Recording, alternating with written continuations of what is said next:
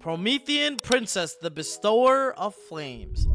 So, as you guys know, this is going to be one of the cards that's getting released in the upcoming set, Phantom Nightmare. And I kind of want to talk about this card. I feel like this card is on the same power level as, like, Elf. Am I crazy for that? Like, Elf, Isolde.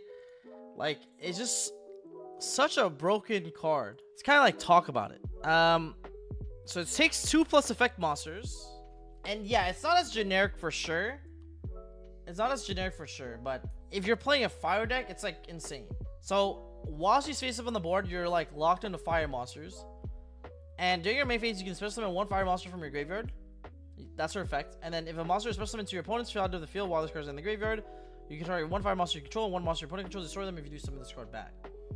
So not only is it like it's an extender, it's a combo piece, it's an interruption.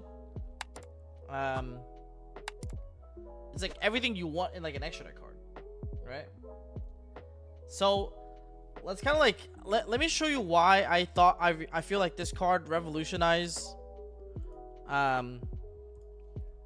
kind of revolutionized a lot of decks, and I'll show you exactly what I mean, right? So one of the things that I've realized is like one card combos typically loses to one hand traps, right? Like when you played against Rescue Ace, oh my god, the hand was broken. Typically you would hold impermanences for turbulence, correct? Like most people, if your opponent like does their stuff, you always usually hold imperm. Like you usually hold imperm and you wait for them to summon turbulence and then you imperm the turbulence, right? Usually on summon or something along those lines. Well, you'll see why it's gonna be a lot more difficult to like, it's like where to like you want to use your hand traps. Like it seems like you're gonna want to hand trap as early as possible, because look, let's say you like wait, like let's say you let your opponent do all this, let them get lifter, right? Like, you know, wanted for witch effect, summon lifter, summon set original sending the witch, summoning the hydrant effect would search you lifter, normal the lifter will get you emergency. That's typically what people would do in the past. And then if you activate emergency, you tribute the airlifter, and then they can imperm turbulence, and you don't really have a way to play around imperm. But now what you could do is something more absurd. Let's say you add, instead of emergency, you add alert, and then you go alert, add turbulence, right? Alert can add you turbulence because you control a hydrant on the field. Now you're able to make SP Little Knight with these two, and then summon turbulence. Now, obviously, your opponent's going to have to imperm your turbulence on summon, right? Because if they do it on effect, you can chain SP to dodge the impermanence. Now, before Princess comes out, making SP here is kind of troll, because you're not actually playing around imperm. You're not actually playing on imperm, because your opponent just imperms on summon, you look crazy stupid, right? Well, the issue is with Promethean Princess in the game, if they imperm turbulence on summon, which they have to, you just make Princess and bring back turbulence, then go turbulence effect and guarantee that you're setting 4. Like that is insane. Like that is insane, because now it kind of like changes the dynamics of hand traps. Like you can't just like wait for turbulence now. You have to like kind of like throw your hand traps in early and hope it's enough, because if by the time your opponent gets to these extenders and all these extra cards, they're able to just play around your imperm naturally. You know what I'm saying? Like, this is just an example that I kind of wanted to show about why, like, Promethean Princess kind of breaks the game. Right?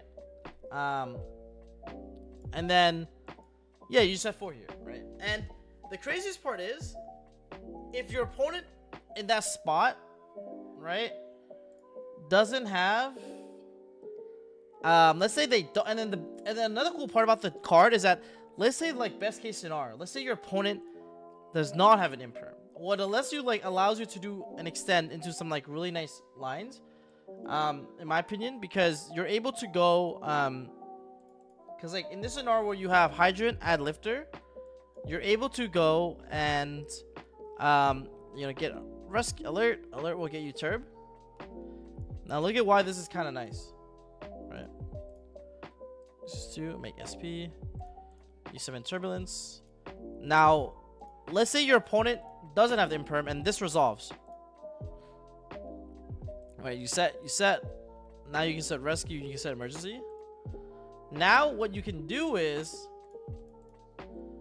you can actually link these two off into princess, and use princess to bring back the hydrant. And now all of a sudden, guys, all of a sudden your emergency is live. Like your back row is live now. So now you can go like emergency, right? Summon preventer, troopy preventer, bringing you back airlifter, right? Like that's crazy in my opinion. So like that's kind of like what I mean. Obviously you can turn these two into, let's say, a sunlight wolf. Then you can use this to make Karibo. Sunlight wolf effects can add you back like any of these. Like let's say you add back lifter for next turn, sure.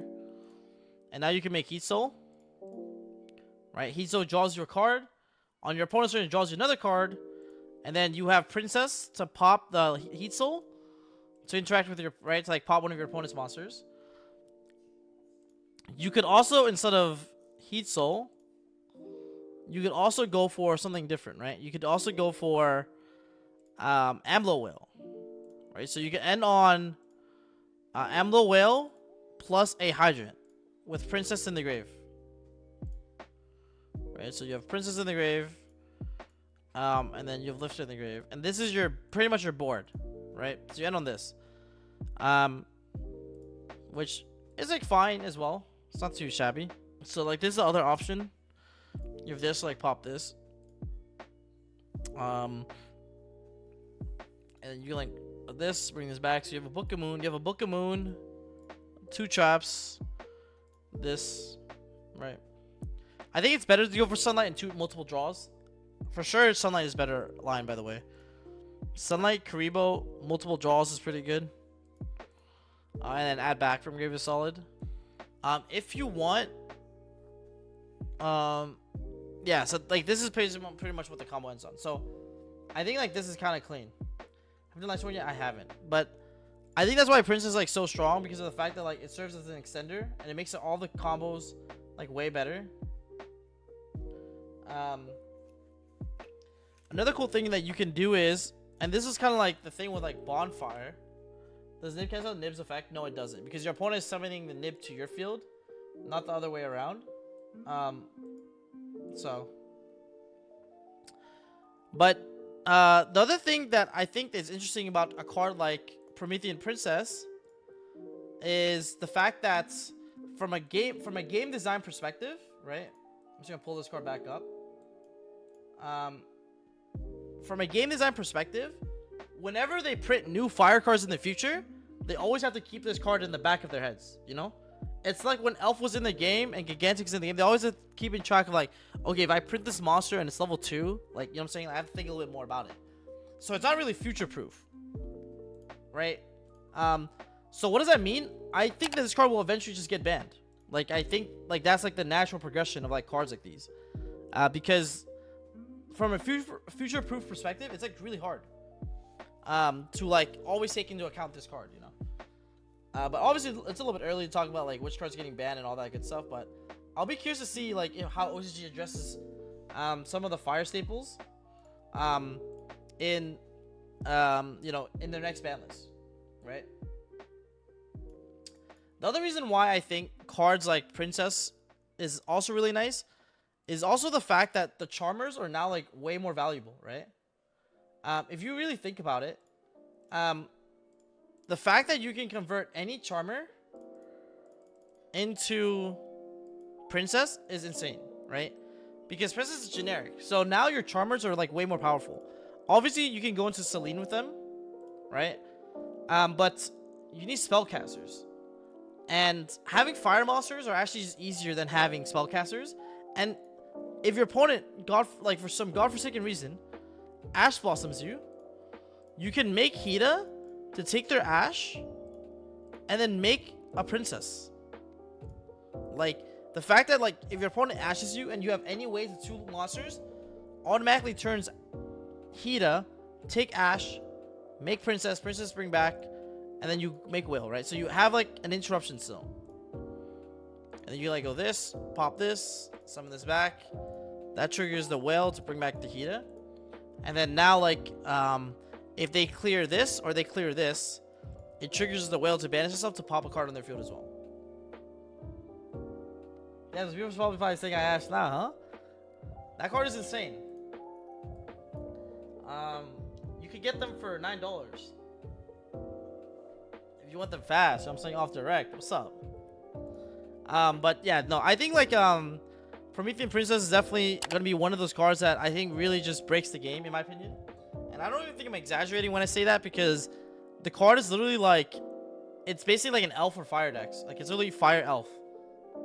So it's like absolutely insane.